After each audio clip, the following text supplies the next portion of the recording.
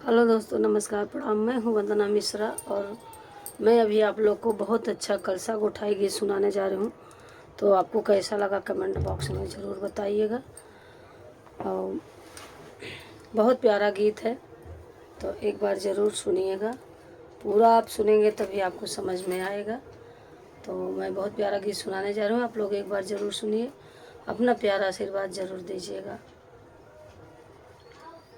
कहवा से आइल कलसा, कहवा से पानी जी, कहवा से बुआ आई, कलसा गोठई जाई जी, कहवा से बुआ आई, कलसा गोठई जाई जी।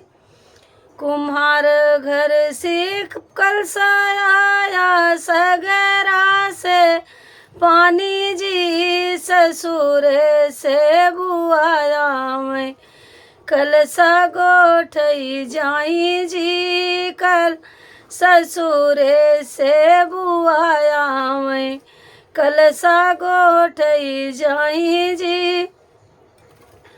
अंगने में ठाड़ बहरे से भैया आवै, बोलै मोसकाई जी, काउले बू मोरी बहिनी, कलसा गोठाई जी, काउले बू मोरी बहिनी, कलसा गोठाई जी, काउले बू मोरी बहिनी, कलसा गोठाई जी। पंखा ले बई, कूलर ले बई, ऐसी सेट लगाई जी, 5 लाख रुपया ले बई, कलसा गोठाई जी, 5 लाख रुपया ले बई, कलसा गोठाई जी। कहवा से आइल कलसा, कहवा से पानी जी, कहवा से आई बुआ, कलसा गोठई जाई जी, कहवा से आई बुआ, कलसा गोठई जाई जी।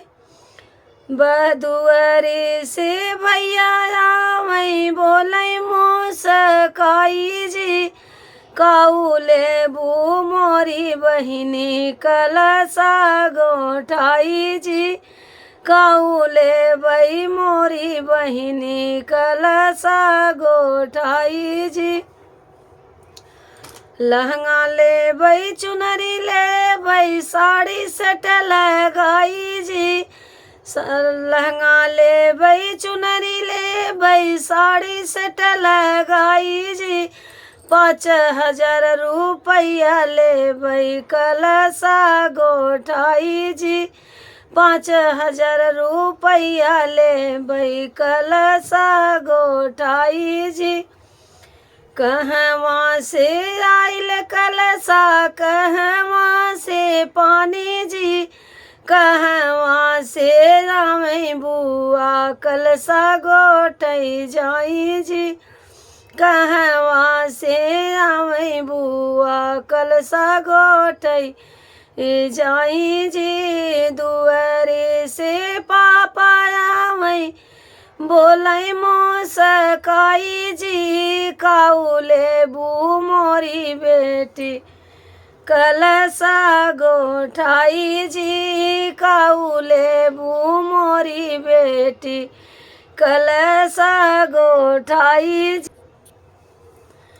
हर ले बई, चना ले बई, विधिया सेट लगाई जी, हार ले बई, चना ले बई, विधिया सेट लगाई जी।